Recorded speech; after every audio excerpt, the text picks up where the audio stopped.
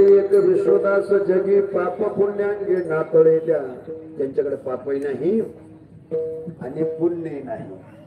पण संत कशाचा सांगतो मला, जे कारण झाले गांजले त्याशी म्हणे जो आपुले, तोची साधू ओळखावा देव तेथेची जाणावा.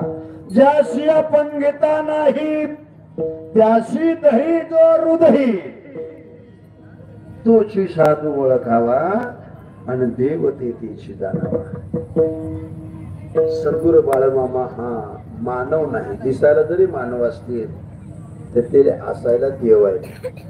पण एकदा सांगतो, महाविष्णूचा अवतार सखा माझा ज्ञानेश्वर, मला वाटतं महादेवाचा अवतार म्हणजे बाळमामा.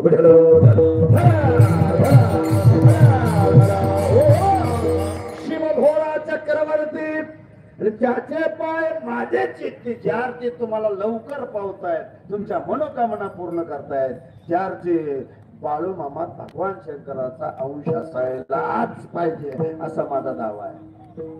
तुम्ही मानात वा न माना, पण माझा दावा आहे. कारण का, कसलंही संकट तुमच्यावर आलं, बाळूमामाचं नामचिंतन केलं तर तुमच्या संकटाचा परिहार होतो. इतकी ताकद बाळूमामाच्या नामात आहे. जिथं जिथं मी कीर्तन जातो, आमचे एक मंदिर बांधलं आहे बाळूमामाच्या पळशीला. प्रत्येक आमुष्याला एवढा समाज आहे, प्रत्येक आमुष्याला. तिथे काय कीर्तन नसते, फक्त आरती आणि प्रसाद आहे. पण 5-5 वर्षाच्या पंक्ती आताच गेल्या. किती वर्षाच्या? 5 वर्षाच्या पंक्ती आज बुक झाल्या. हे फक्त बाळूमामा श्रद्धा आहे म्हणून, बाकी काय कारण नाही. आणि तुमची जर श्रद्धा तेवढीच असेल तर मला वाटतं तुमचं जीवन सुखी झालं म्हणून समजा.